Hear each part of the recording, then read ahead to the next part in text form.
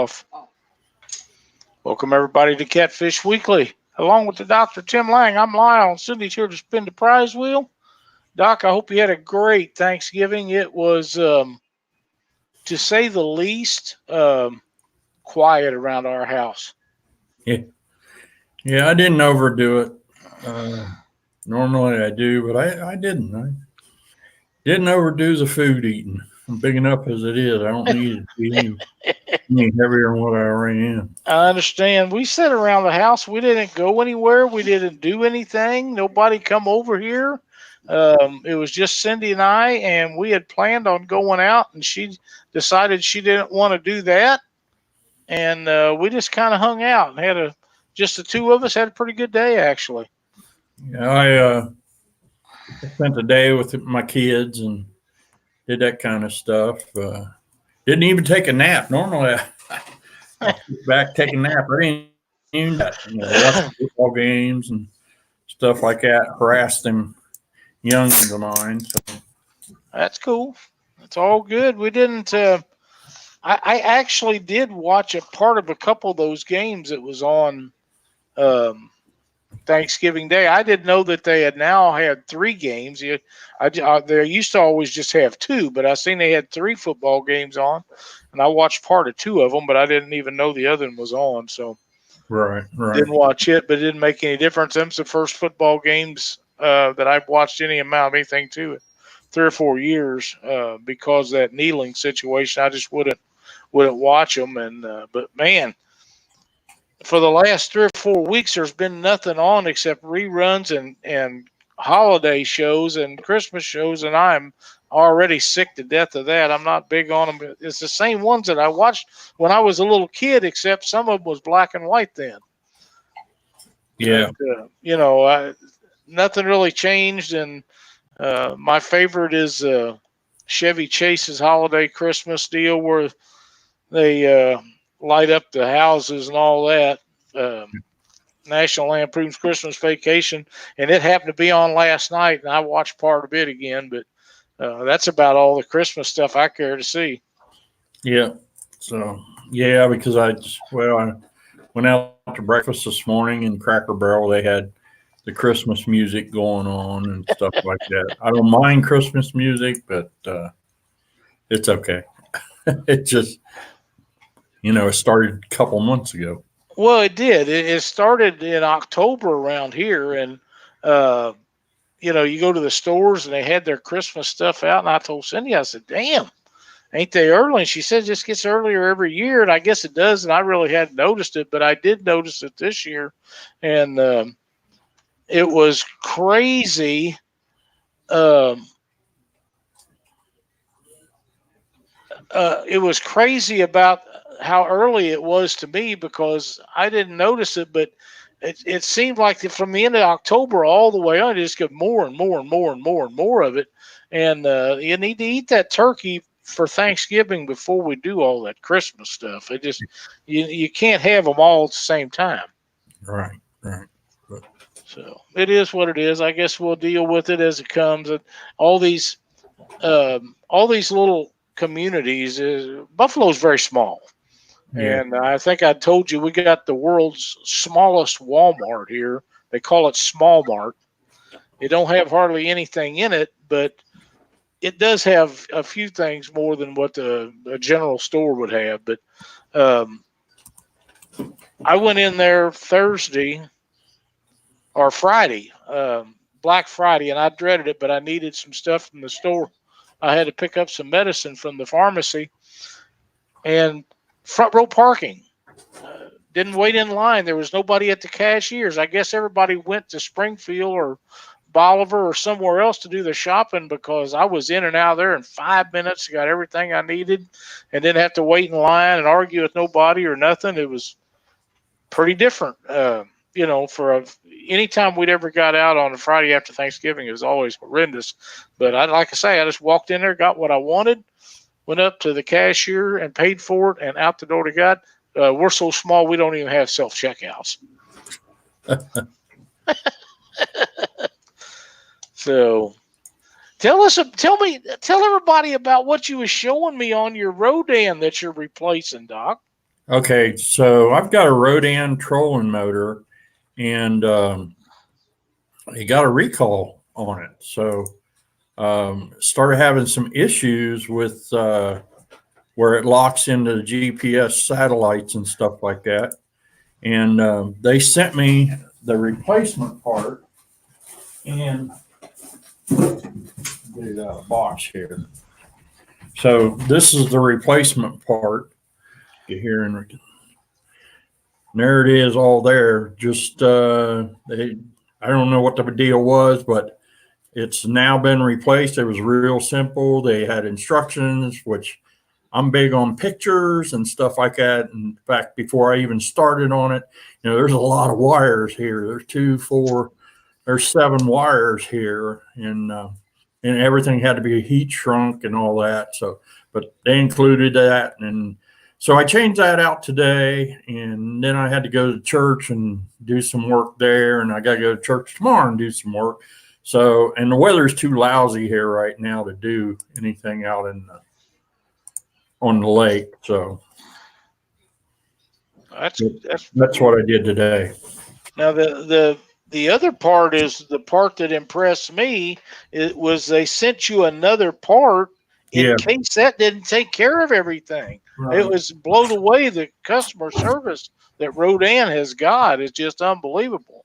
So they sent me the steering box assembly right here, and this is where the shaft goes through, and then this turns internally, and it's got steel gears and all that, brass gears inside this box assembly.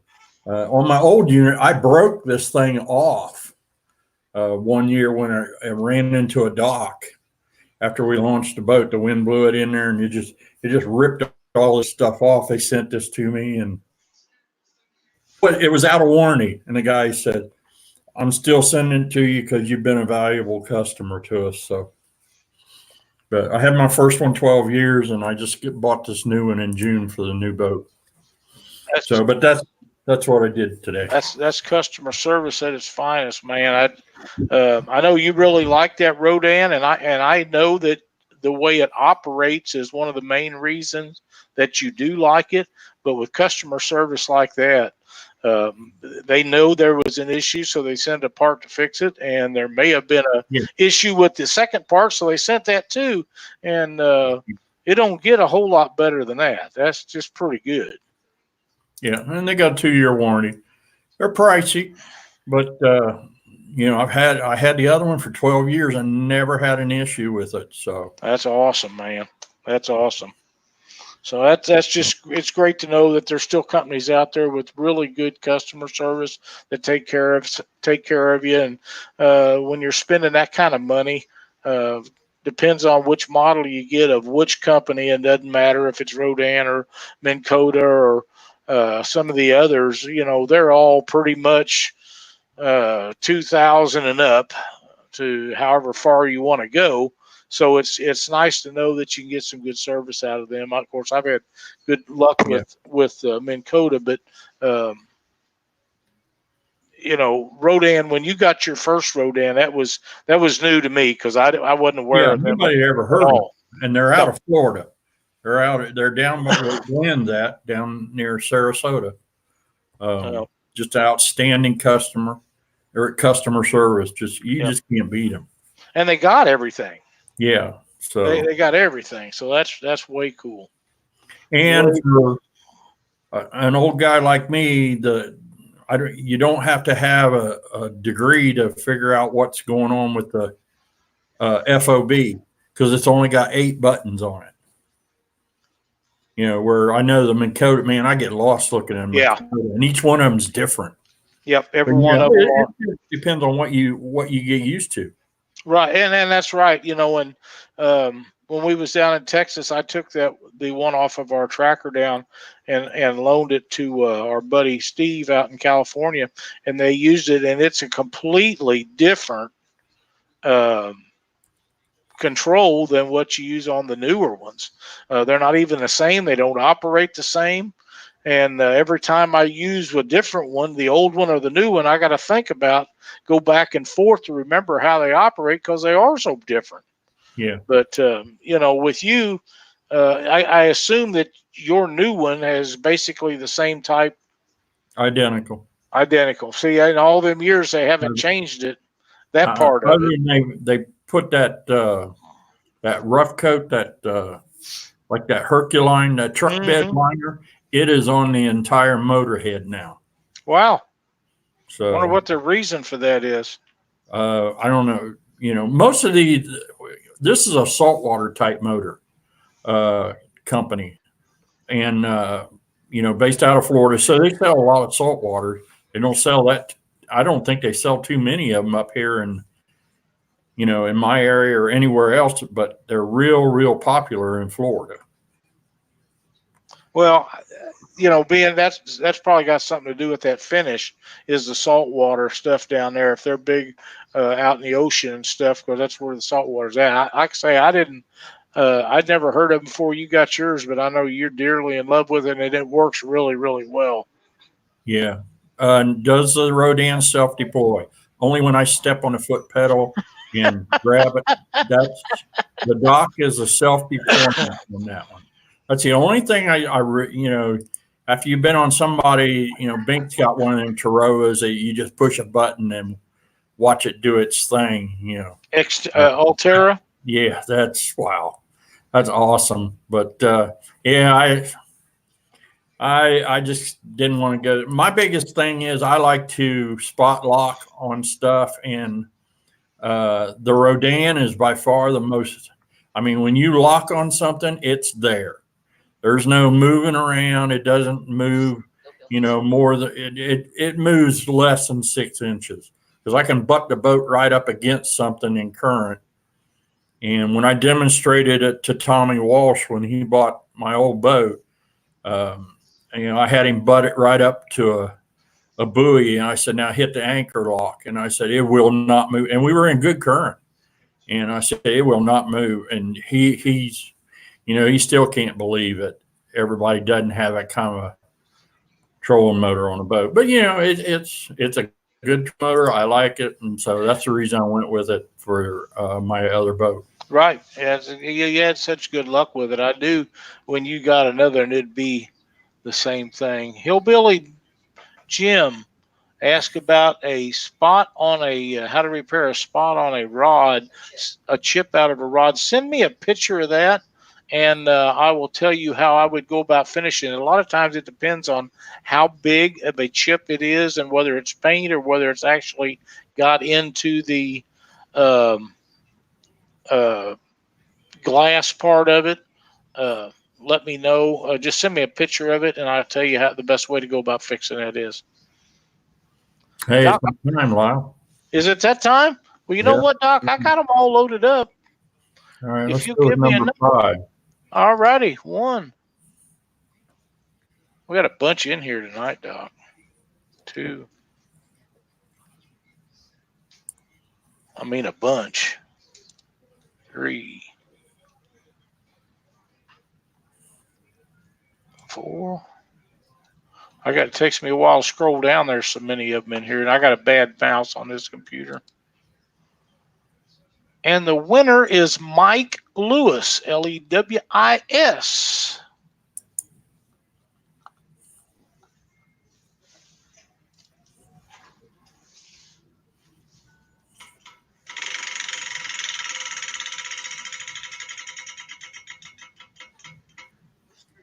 Whisker Sticks LED lights. Mike, if you'll contact the good folks at Whisker Sticks LED lights, tell them you was a winner on Catfish Weekly's prize wheel game, they will send you out some of their products. You'll like them. We've had them for years. Doc and I both use them, have used them for a long time, and they have a bunch of new stuff coming out. And today they have, like a lot of other companies, they have a discount for anything you buy off of their website. So be sure to go over and check them out. All right. We miss it. There's Morales, Texas fishing. Met them boys down in when we was down in Texas. They're good boys. Good boys. Yeah. They're the ones that had a camper right across from us, I believe. They have a question. Anyone have a fish finder they can recommend for a decent price. First fish finder for my old boat. There's a bunch of them on sale right now. There is a bunch of new ones on sale, and I have seen several of the older models, Lowrances and Hummingbirds both, that people are upgrading, and some of their stuff is for sale for really cheap right now. You just kind of have to watch out. But I've seen Hook 7 the other day for like $500, and I thought that was, and maybe it was a 8, but it was the Hook model. And I got a guy had a $9.99 for $600 or $700 too, which I consider that really, really good deal. There's a whole bunch of them. So Justin's fishing. So they got the Hummingbird 7 for $3.99. $3.99 for a Hummingbird 7. Justin, where is that? Bass Pro. Bass Pro. That's pretty good. Yeah. Henry Lewis, how you doing, buddy? Possibilities wow. of regulation change in Oklahoma that considered for Texoma. If not, is that coach? Yeah, I just got a little bits and pieces of that. I don't really know that much about it. I didn't really pay that much attention to it, Sonny, so I'm not really sure. Length limit on blues. If not, it's to vote to remove the length limit on blues. Once they get them in, I really hate to see it. To get length limits on any kind of fish is so hard to do. If they remove those, they'll probably never get them back. Right. And it doesn't matter to me if a lot of places don't have a minimum fishing length, and for some people that's okay not to have a minimum. A lot of places have a 15-inch rule where they don't want you keeping anything under 15 inches, and that's fine with me too. I don't really care about that, but if they've got a 34-inch rule or something similar, some of them are 35, some of them are 32, depends on where you're at. 34 is about the standard. If a state gets that installed, I think they should keep it. I hate to see them do away with a length limit, and I think that they should enforce them a lot heavier than they do. I know that they don't enforce them nearly like they could in Missouri and in some of the other states, and I think they should, whatever the maximum is, I think that that's what they should go with to make people understand how serious business that length limits are.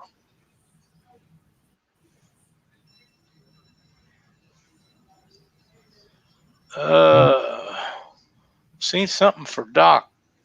Yeah, I just answered him. What's that? Let's see, who was it? Just asking me that. What size? Oh, something about a Rodan. That's Yeah, mine's a 80 pound thrust. It's the same as a 115 Minn Kota, but it's 24 volts.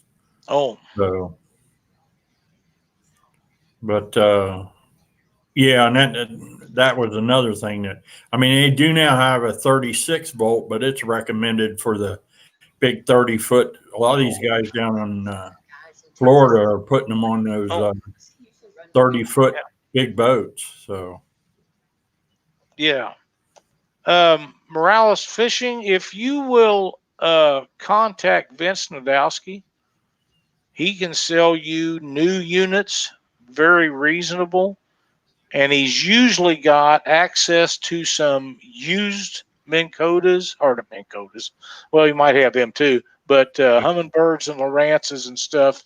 Vince seems to always either have some deals or know where there's a couple of deals at. So I would contact him before I bought anything. Now, that's not saying that some of these guys haven't bought a train car load of them and have them on sale for cheap at some of these big warehouse stores. You never know what they're going to come up with. And but Vince would be a good place to start, or that's where I would start. And he's over by you, isn't he, Doc? yes. How can an 80 pound thrust equal a 115 pound thrust? There's no brushes. These are on Rodan, the motor has 32 forward speeds and 15 reverse speeds. The head doesn't turn around to go in reverse. That's how you can get by with it. Brian Brake, at what temperature do you stop dragging or dead sticking? Well, it was 40 degrees the other day. The water temperature is at 42 degrees. I'm still dragging right now here in Ohio. I'll find out this weekend what it is down in Alabama. And it's probably the water temperature probably in the 60s down there. We'll still be dragging down there. But generally, if they're not biting at 40, I quit dragging. Dead sticking. Even when water's cold, I like to dead stick, especially if those fish are up off of the bottom. Where I'm trying to target them. I'll use my electronics and see where they're at, and then try to get the baits above their heads, because very seldom do they go down, except when they don't want your bait. They'll come up, look at a bait, and then they go down and they're gone. But generally, I try to keep it in front of their face and up above their heads when I'm dead sticking. Fish would rather come up to grab bait than they would go down. 55 degrees on Wheeler last weekend. Yeah, and we'll still be dragging, but you just go a whole lot slower. You're just creeping along. Yep. What temperature do you stop fishing for flatheads, Doc? Bink caught one this weekend. Water temperature was 42 degrees, and I don't ever stop fishing for them. Everybody says that they kind of go dormant. The one thing that we have found in the pools, 2 pools that I fish in the wintertime, Gallipolis Pool, Eureka Pool, and we fish on the Kanawha River in West Virginia. And we catch flatheads all year long, and we're not snagging them. They have got the bait in their mouths. So Bink and I were kind of talking about that this weekend, and we had said that Bink seems to think there might be some warm water springs in the canal, because the flatheads bite all year long in the canal. Does the water get cold? Yeah, the water gets cold, but the surface water shows it being cold. But, when we brought that flathead in, Bink said, feel how cold this fish is. And I reached over, and he was cold, but, he did the typical flathead where they eased the rod down and then come back up. And then he eased it down and it come back up. It did that a bunch of times. I told Bink, I said, when we get ready to move, I'll bet that flathead is on there. I said, be interested. He's probably just sitting there sucking on that bait. Sure enough, when Bink reeled down, he goes, well, I'm going to reel down on him. He reeled down on him. Boom, he was there. So I wasn't sure. I know they stop pretty much over here. I mean, I'm not saying there ain't some guys that doesn't catch them in the dead part of winter, but from the time it gets below 40 degrees on, the flatheads are pretty much non-existent in our area. John Patrick Jr., Doc, do you ever fish? Well, it says finish, but I know what you're talking about. Fish the Racine pool. Yes, I do. Ravenswood. I love fishing out of Ravenswood.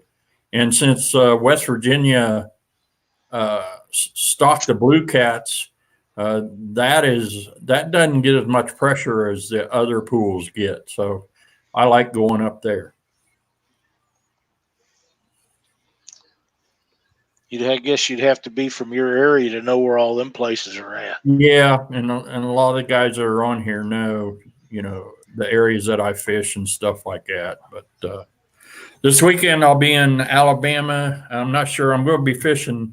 Trevor Niederhoff is having a tournament down there, a charity tournament down there this weekend on Wilson Lake out of Safety Harbor.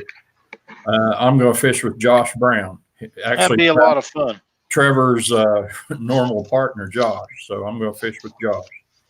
Yep, you'll do good and have a blast with them boys. Oh, yeah. So Trevor's not fishing. He's running the tournament, so Yep. he's going to be sitting back watching us catch a fish. Oh, you still have fun. He'll still be around. Yeah, William Winterstein caught 4 flatheads last week on the canal. Yeah, so they're still going. I'm That's hoping awesome. that it just stays. If it doesn't get any colder and stuff, they'll keep biting. The blues seem to bite all year long. Yeah, blues and channels doesn't seem to matter to them. Yeah. Now I'm surprised. We've gone the last 2 weeks and we haven't caught a channel. In fact, Bink and I have not caught a channel together this year yet. Really? Yeah. That is kind of unusual. Yeah. So, Sonny, we wish you the best with your surgery coming up. yeah. One of the things, I got an email last week right after the show. Somebody was asking me, hey, you always talk about how you snell hooks and stuff like that. Could you show that on the show? So I'm going to attempt to show everybody how I do it. I don't know if it's going to work out real well, but I'm going to show it. So this is a shark hook, and everything's backwards when I'm looking at it here on the screen. So what I do is I hold the hook in my right hand, and I've got this white line. I'm not sure how well it's going to work, but we'll see. So I just bring it through the eye, just like that, bring it out 4 or 5 inches. Then the tail end on the other end, and normally on my snelled hooks, the leader is about 24 inches, 24 to 36 inches long. Then I bring this part through, and I bring it right to the shank, just like that. And then that part that I had just put through, I just take and I wind that just like that on the line. And then when I get as many wraps, normally a minimum that I do is 7. And then you pull. Oh, by golly, it is going to work. I should have tried it. But the thing of it is, what you want to do is you want to keep it so much easier with monofilament. But you hold it down, and now it's going to lock up and bind up on me. And that's what happens when you're doing live stuff. Mm-hmm. There it goes. Well, normally you don't have to work at it, but the way this rope is kind of, there we go. But when it's all said and done, there's your snell, and it's done. All those wraps are right on top of that. That thing will not come unloose. It does not come unloose at all.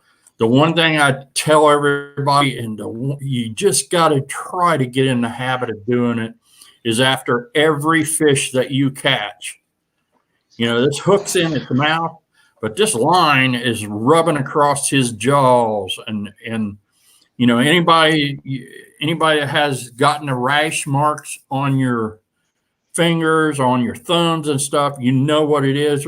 You can just imagine what this line looks like.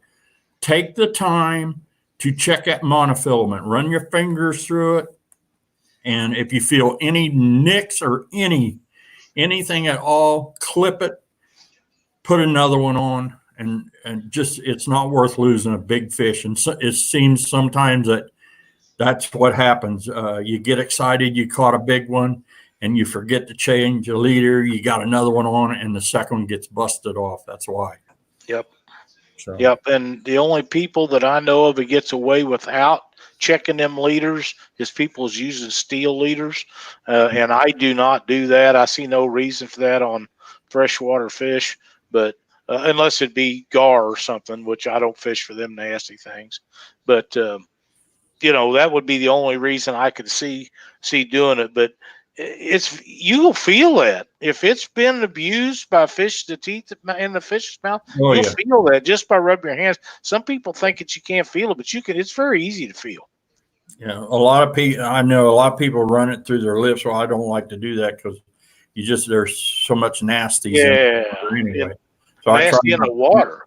Yeah, and I mean, the other thing is, when you're doing monofilament, wet that down real quick so it pulls, it'll slide real right through there. But the reason I kind of do it the way I do it here is my eyes are starting to go bad. So at some point, it may be hard for me to see how to even do it. And this, I can, I've done it so much that I can, do it without even seeing, how to do it.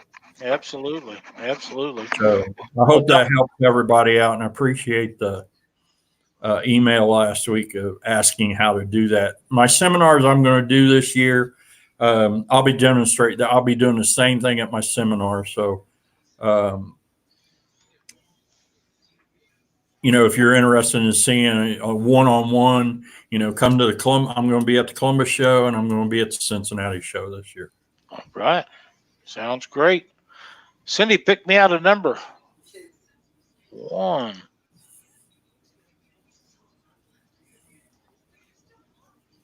Two. And the winner is Heather Abney.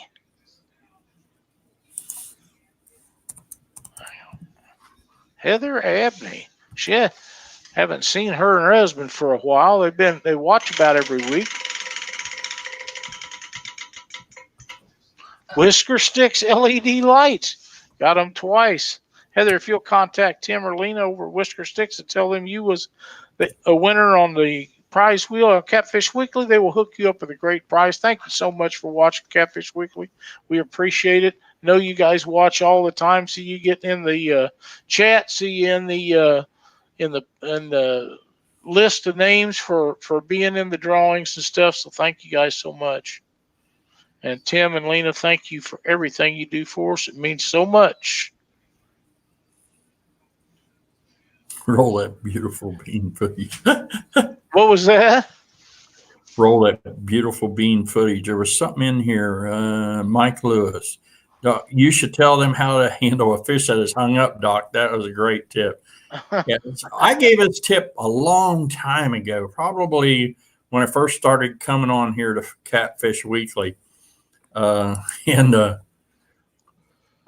fish a lot of wood, a lot of heavy cover, and especially if you're fishing with circle hooks and if you're fishing for flatheads.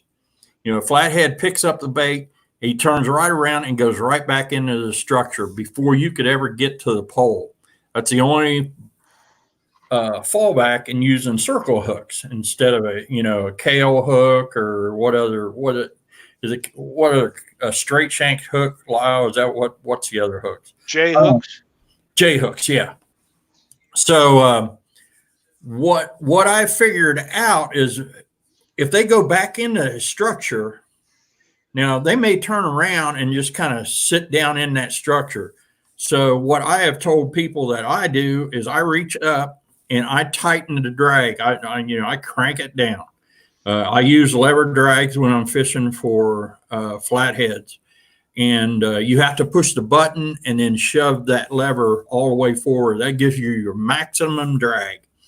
I put the rod back in the rod holder, and then I crank it down, and I mean it's bent over. I leave it sit there until I see that rod start to come up.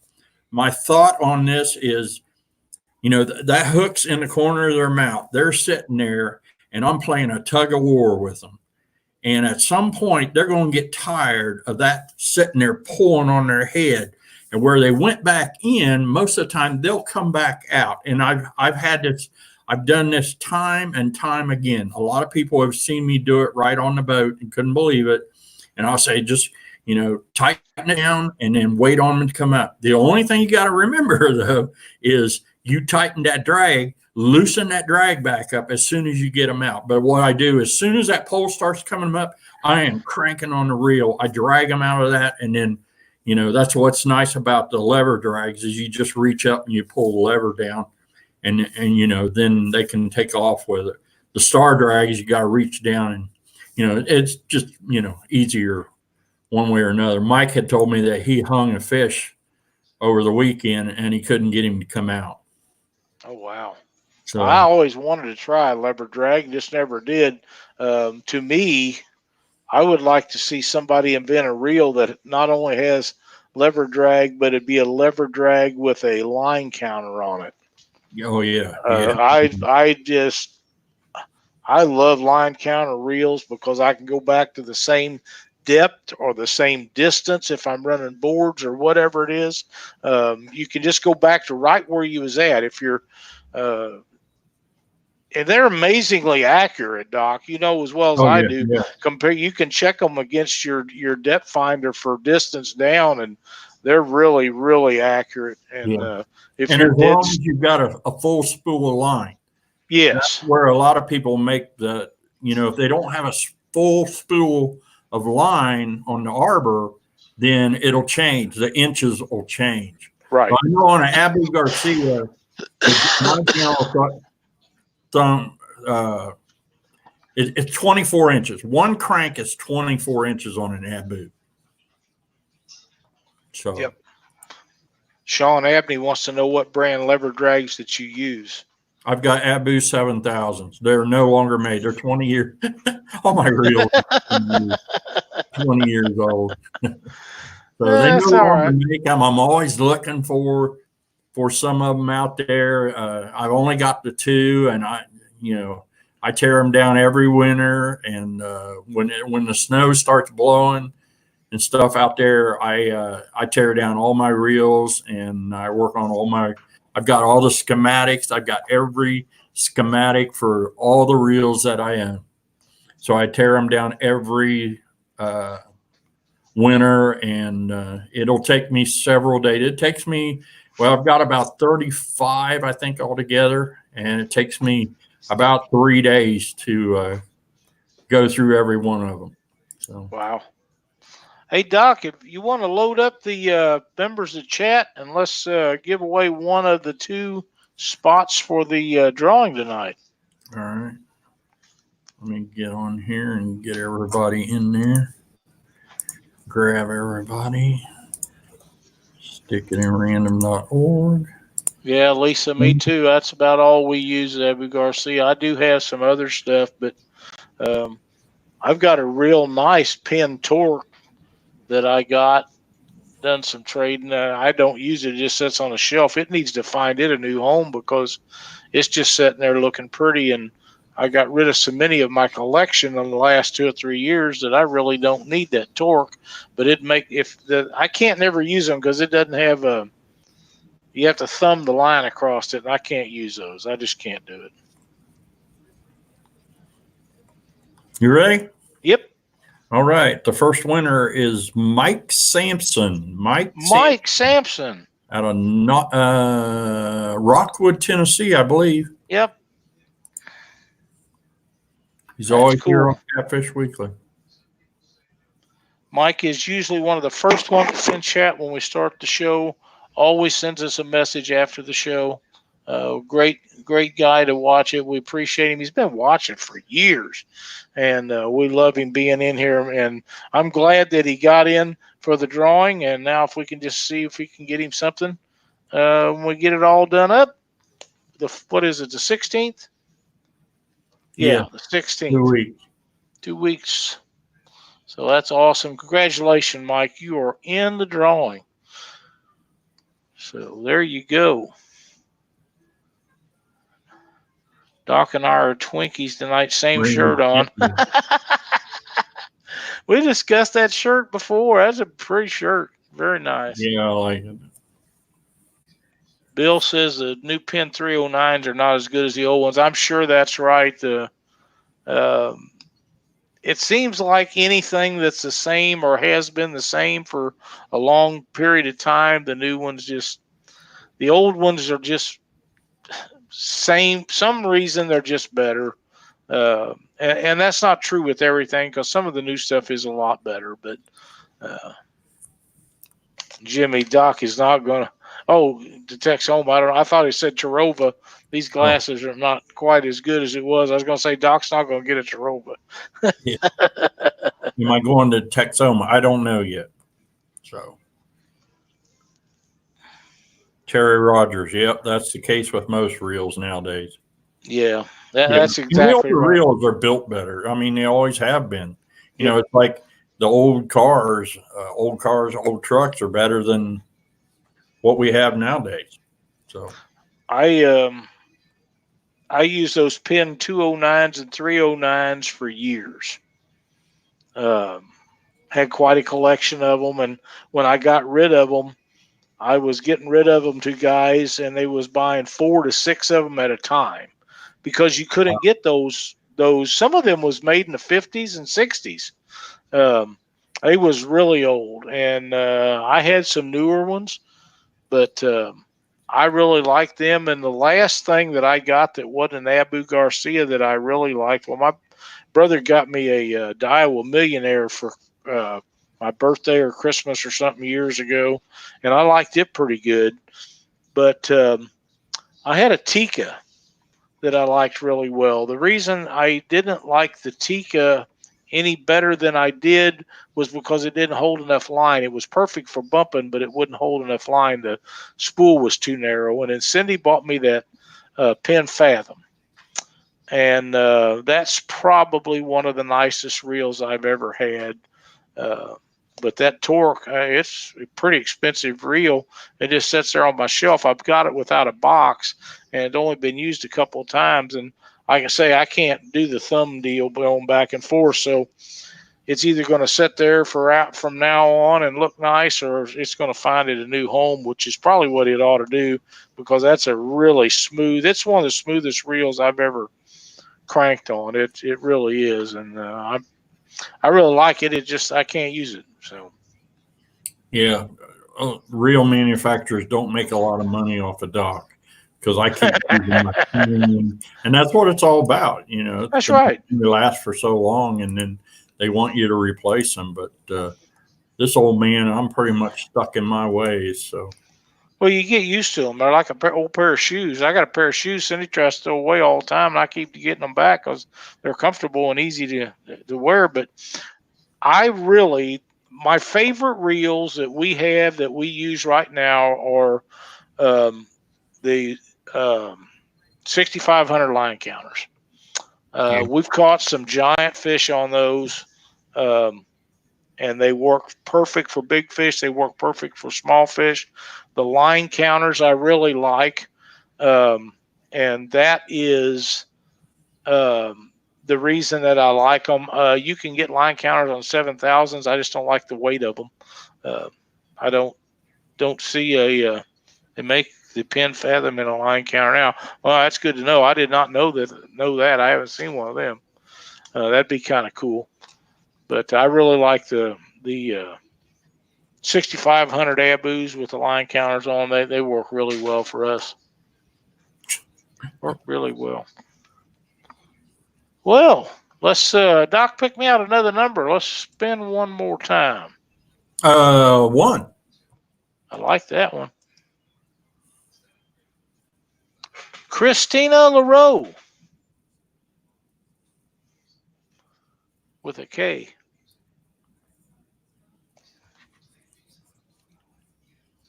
That's Jimmy's wife, I believe.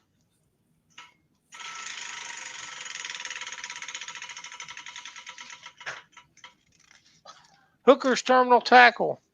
Christina, if you will contact James R. Wood and tell him that you want some Mad Catter hooks, I can't help it. I'm just the way it is. He will hook you up with some. Thank you so much for watching Catfish Weekly. You and Jimmy are great. You all watch all the time. We appreciate it so very much. And James has been a great sponsor to our show for a long time. We appreciate everything that he does, not just for us, but for everybody in the fishing industry. Right. Yeah, most everything's made in China now. There is still some models of stuff that's made from Abu that's made in Sweden, but I don't know which ones they are. I just can't remember.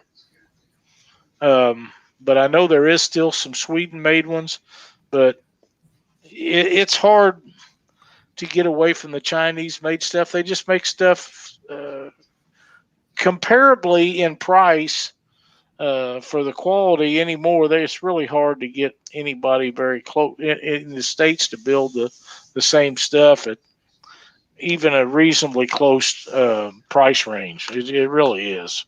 Yeah. And it's just the way. It's just what it's become. So hopefully that people will tune up to that one of these days, and somebody will start building some more stuff in there. But I would think to design and build a fishing reel, that would be pretty intricate, Doc. Yeah, there's a lot of parts that go to them. Yeah, and testing and time it takes to get them to where they need to be. I mean, some of those companies been building for a long time. They probably get it right after the first 2 or 3 times, but somebody starting out, it may take them a long time to get them where they are. Abu Beast, yeah, Brandon. Um, I had my hands on one of them down at the Catfish Conference last year, and Yeah. I was thoroughly impressed. Nate had one down there, and they're pretty high dollar, but man, they are smooth. They are smooth. Junior Proctor wants to know, Lyle, do you build medium rods good for pulling boards? Yep, I do. And the ones that I've been building for us to use boards here the last couple of years have all been graphite. And when I say graphite, I don't mean a mixture to where they're still great big and fat around. I mean graphite like a bass rod, except they're rated for saltwater stuff. And I have a company that builds those for me. And that's what we've been using, and they don't weigh anything, and they got great action for planer boards. They work out really nice. Yeah, them beasts are very smooth. I don't believe they're quite as smooth as this Torque, but if they may be about the same, they're pretty close. But this Torque, they're like the beast. You invest a little bit in them. So, but like I say, I just can't use them without the level wind anymore. I don't want to. I don't want to learn how to do it. Yeah, and I've got a few of the Cast Kings reels. I buy those for the grandkids. That way, if they drop them overboard, I'm not out a whole lot of money. Right. But so far, my kids have done, I haven't entrusted them to use my good stuff yet. There will be a point where I do that. Oh yeah, I had what was those we had? Oh, some Cindy still got one or two. What are they? Them blue ones. I don't. They're Abu Garcias. Yeah. But I had several of those at one time, and I let Luke Hinges buy one, and a couple buddies of his buy one here and there, and no, that's not it. That's at Tika. Alpha Mars. Alpha Mars. That's what they was. Yeah. I had them 16s and 20 models. I like the 16s a lot better, but the only thing about them is that I didn't like is the same thing I don't like about the Fathom, and that's the fact that they don't engage when you crank the reel handle. I like for them to engage, and those neither one did, and they work fine. Cindy still uses her blue Alpha Mars all the time. Huh? That Black Max of yours? What is it? Alpha? Oh, that was 6,500. She's them. I have several of the Catfish Connection. The Catfish ones that have the fish cut in the side of them. I've got every color about except the gold and the green. And I'd love to have that green one, but anybody that's got one new in the box, they're really, really proud of them. And to be a $100 reel and people wanting $400 and $500, $600, I just don't want one quite that bad. But I've got several of the black ones. And maybe the Pin Squall, BCF, medium heavy Catmax reel and Catmax rod to the Ohio River. Ooh, that's never good. Yeah. Never good. Hey, Doc, what do you think we ought to give that other spot away? Yes, sir. We can do that. let me grab the names here because I know there's other people that have popped in here Yep. since I did the first one. Just give me a few minutes here. Yeah, that's not a problem.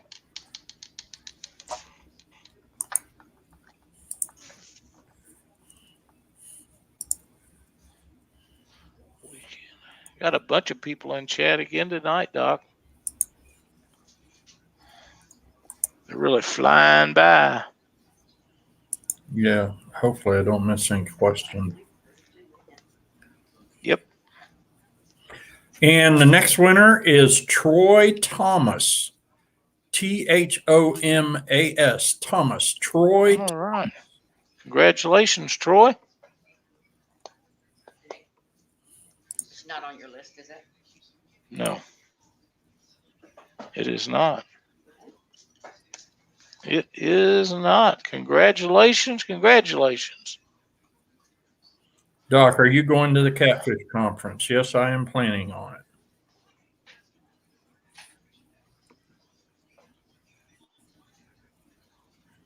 How about a tip of the week, Doc? All right, Doc's tip of the week. I use both three-way rigs and sliding sinker rigs, and but when I've just tied this together, and it's really short, and it's just for so you can see how I do it. But I always use a three-way, and then I'll have that sliding sinker there. The one thing you want to make sure that you do where the hook is going to, make sure you tie it on this part of the three-way. That way, if you go to use a three-way and maybe you're back bouncing or something, the line, your main line, and this is the main line right here.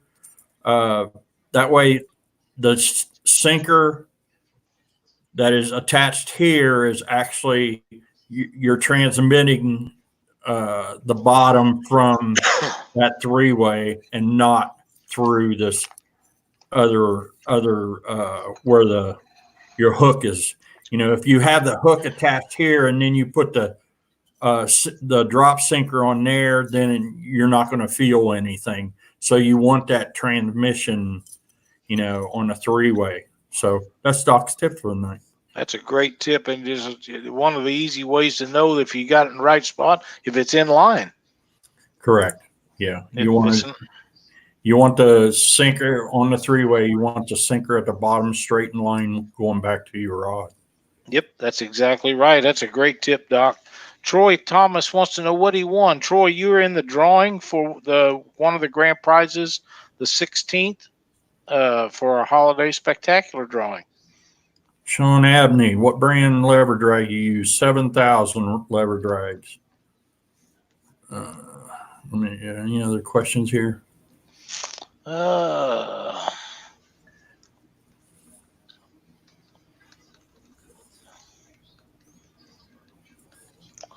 I don't see anything else. Looks pretty good. Oh, wow, man, Chad is flying. Yeah. Saturday for Oh, yeah, there is a tournament for all American catfish up at Kansas City. Where is that at? Sonny, tell us where that's at. I can't remember the name of the little town up here. It's in Missouri. It's on the Missouri River. Lexington, Missouri. I believe that's Saturday. It's supposed to be 50 here, so it shouldn't be too bad. No, it shouldn't be too bad. Yeah, Lexington, thanks, Dwayne. We will be at a family Christmas Thanksgiving combo dinner this weekend. So not going to be able to make that. But we fished it with Sonny last year, had a blast. We had a great time with Sonny in the boat. Cold. It was a little cold. It wasn't unbearable, but it was a little cold. Yeah, it should be a great time up there. I know that probably going to have chili after you guys get done fishing when you come in, and Tim always has hot coffee and something to eat before you take off in the morning. So I just can't get over that, Doc. I mean, I don't know anybody else that does that. He does it at every tournament, him and his wife, Uzi, and they got coffee and pastries of some kind. Hot chocolate when you leave out and you come back in. They got stuff to eat when you come back in. I don't know anybody else that does that, and it's just a really cool deal. I love to see everybody do that. Yeah, let me. Mike Sampson. I'll be at the Columbus Fishing Show on 7th, 8th, and 9th in February, and it's in Columbus, Ohio.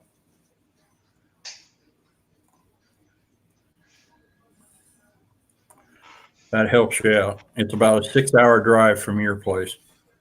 I can tell you that much.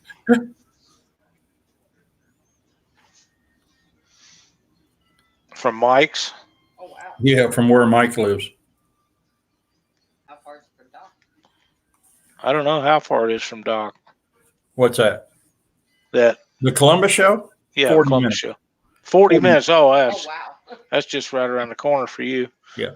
It seems like every place you go is 6-8 hours or longer. So, that's 40 minutes. I mean, that's just like a little more than across town for you. Yeah, it's at the Expo Center. I think David, is that the same as the fairgrounds? I know where to go. It's on 17th Avenue. I think that's where it's located. Cool beans. I know there's supposed to be a lot of good things happening over there. Wished it wasn't so far for me, but like I say, we have a family Thanksgiving, Christmas dinner combo going on, and I have to make that. And that's okay.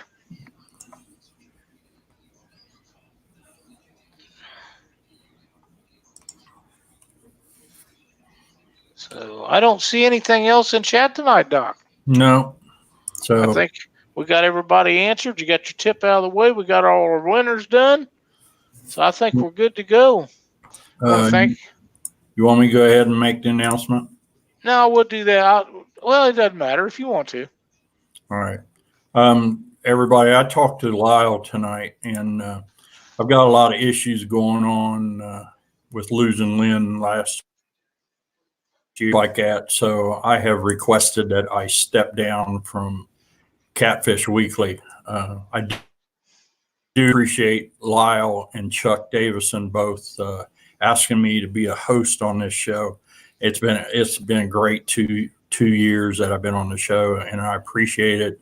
I just got a lot of stuff going on for next year, and I can't devote the time that I want to on this show. So, and I appreciate Lyle cordially accepting that. So.